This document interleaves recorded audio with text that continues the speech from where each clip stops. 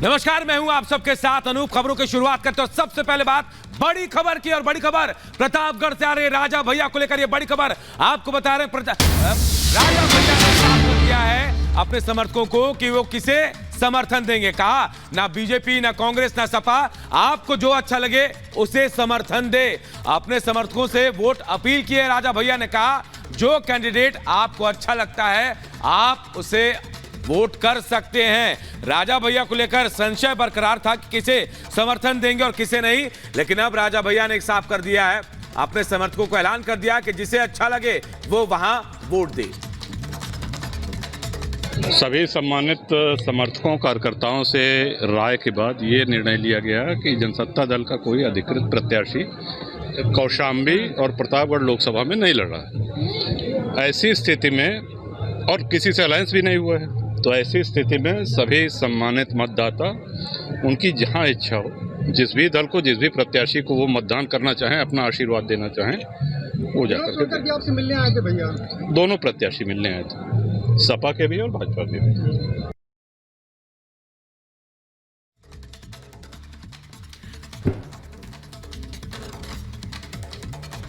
तो आपको बता दें, अपने समर्थकों से राजा भैया ने यह कहा है कि वो जिसको चाहे उसको वोट कर सकते हैं। इससे पहले उन्होंने बीजेपी का भी समर्थन दिखाया था, उससे पहले समाजवादी पार्टी के लिए भी कह रहे थे, लेकिन अब राजा भैया कह रहे हैं कि किसी को भी वोट दिया जा सकता है। यूपी की सियासत से जुड़ी एक और बड़ी खबर आपको बता दें, और एक और बड़ी खबर यह है कि धनंजय सिंह ने अपने समर्थकों से यह कहा है, उन्होंने कहा है कि हम बीजेपी को समर्थन कर रहे हैं और सभी लोगों से कहा है कि बीजेपी को वोट दिया जाए। जौनपुर सीट पर बीजेपी को समर्थन दिया धनंजय सिंह ने। आपको बता दें, धनंजय सिंह की पत्नी भी जौनपुर से चुनावी मैदान में उतरी थी, लेकिन बाद में बीएसपी ने उन्हें टिकट नहीं दिया था, उनका टिकट देकर काट दिया था, जिसके बाद वो चुनावी मैदान से बाहर हो गई थी। और अब धनंजय सिंह क्या अपील कर रहे हैं, जरा सुनिए। आज हम चुनाव में हम औरों की तरह नहीं कि हम तटस्थ हैं। हम यहाँ पर आप लोगों को यही आग्रह करेंगे कि प्रदेश में एक अच्छी सरकार चल रही है, आप लोग भारतीय जनता पार्टी को वोट करें, समर्थन करें। तो यूपी के जौनपुर लोकसभा सीट की लड़ाई मंगलवार को अचानक और ज्यादा दिलचस्प हो गई। वजह थी धनंजय सिंह का ऐलान। बाहुबली नेता माने जाने वाले धनंजय सिंह ने बीजेपी को समर्थन देने का ऐलान कर दिया, जिसके बाद विपक्ष को जोरदार झटका लगा है। ये रिपोर्ट आप सबको दिखाते हैं।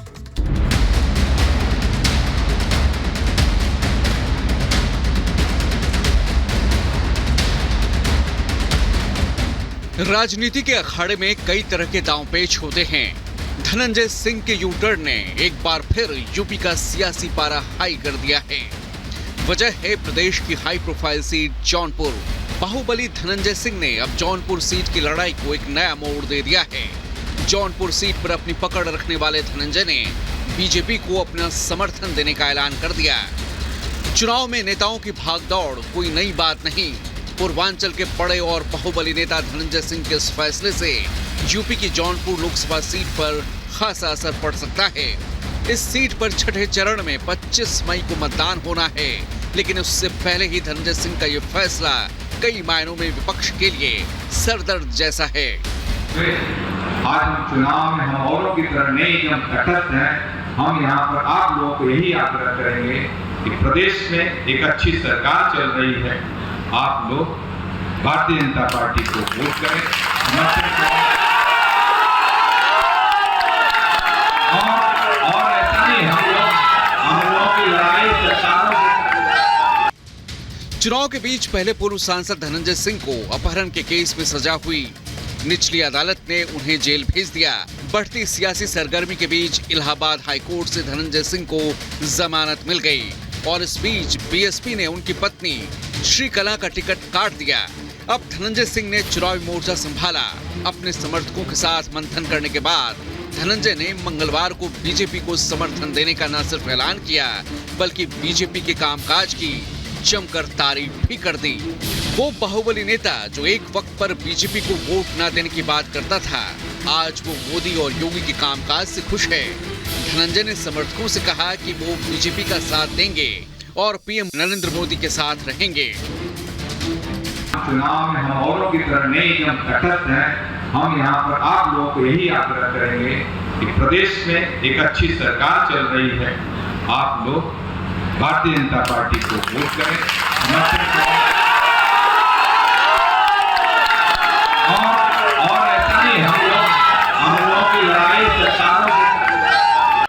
बीजेपी से प्यार और विपक्ष से तकरार के बाद धनंजय सिंह ने बीएसपी को भी आड़े हाथों लिया। धनंजय ने सियासी अटकलों के बीच इशारों ही इशारों में साफ कर दिया कि अब उनका नाता बीएसपी से टूट चुका है। बीएसपी पर धनंजय ने धोखा देने का आरोप लगाया। बीएसपी से नाराजगी के बाद धनंजय सिंह ने अपना ऐलान तो कर दिया, लेकिन इस ऐलान से विपक्ष तनाव में है, क्योंकि जौनपुर सीट हॉट सीट में से एक है, जहां पर धनंजय की अच्छी खासी पकड़ मानी जाती है।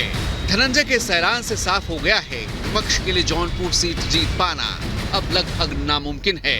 Bureau report, Republic Bharat.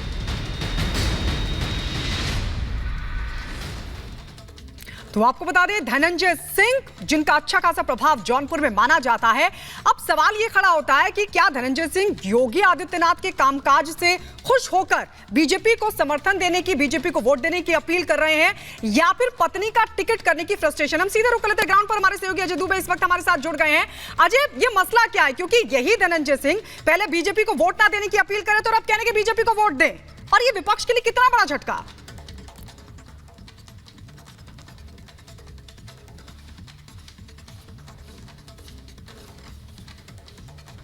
Ajay, आप तक आवाज पहुंच पा रही है? अजय, सुन पा रहे हैं आप हमें? लगता है अजय तक हमारी आवाज नहीं पहुंच पा रही। लेकिन सबसे बड़ी बात कि यही वो धनंजय सिंह है, बाहुबली, जो कुछ दिन पहले जेल से बाहर निकले थे। उसके बाद अब ये कहा जा रहा है कि वो बीजेपी को समर्थन देने की बात कर रहे। विपक्ष को तगड़ा झटका लगा है।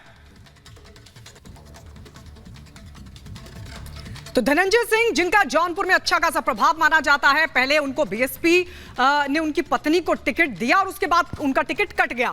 तो सवाल ये खड़ा होता है कि आखिरकार धनंजय सिंह क्या उस फ्रस्ट्रेशन में ये अपील कर रहे हैं कि बीजेपी को वोट दिया जाए, या फिर वो योगी आदित्यनाथ के कामकाज से बहुत खुश हैं? बड़ा सवाल खड़ा होता है। लेकिन कुल मिलाकर ये विपक्ष के लिए बहुत बड़ा झटका माना जा रहा है धनंजय सिंह का बीजेपी को वोट देने की अपील करना। और आइए बढ़ते आगे और बात करते हैं आम आदमी पार्टी। जी, आम आदमी पार्टी की राज्यसभा सांसद और दिल्ली महिला आयोग की पूर्व अध्यक्ष स्वाति मालीवाल से मारपीट का जो मामला है वो लगातार तूल पकड़ रहा है। संजय सिंह ने चुप्पी तोड़ते हुए स्वाति के साथ बदसलूकी की बात कबूल कर ली है। तो बीजेपी ने सीएम हाउस के बाहर प्रदर्शन का ऐलान कर दिया। इसी पर रिपोर्ट आपको दिखाते हैं। स्वाति मालीवाल जी के साथ बहुत बदतमीजी की, अभद्रता की। केजरीवाल ने अभी 31 घंटे हो गए, पुलिस को क्यों नहीं सूचना दी? उसमें आप पुलिस नहीं बुलाएंगे, उसमें आप केजरीवाल खुद ही जज बन जाएंगे, खुद ही पुलिस बन जाएंगे। दिल्ली में सीएम केजरीवाल के घर बदसलूकी को लेकर सियासत और हाई हो गई है। मारपीट पर पहली बार आम आदमी पार्टी का कबूलनामा सामने आया है।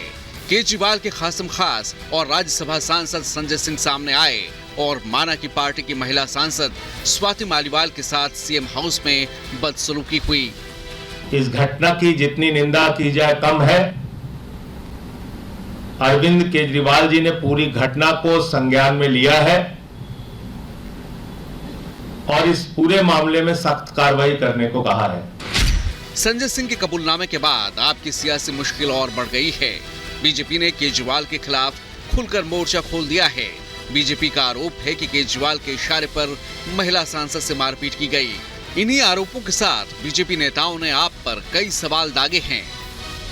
मुख्यमंत्री आवास के भीतर इस तरह की घटनाएं पहली बार नहीं हो रही हैं। पूर्व मुख्य सचिव अंशु प्रकाश के साथ भी इस तरह की घटना हुई थी और हमें लगता है कि आम आदमी पार्टी का जो चरित्र है ये उत्पादी चरित्र है, आपराधिक चरित्र है, जिसके दर्शन बार बार होते। संजय सिंह इस बात को स्वीकार कर रहे हैं। बेहतर होता वो खुद पुलिस में जाते, शिकायत करते, पूरे मामले की जांच करते। संजय सिंह ने ये बताया कि ये घटना सच में हुई है और अरविंद केजरीवाल अपने घर में इतना बड़ा अपराध हो गया, चुप बैठे हैं और अब कह रहे हैं एक्शन भी अरविंद केजरीवाल लेंगे।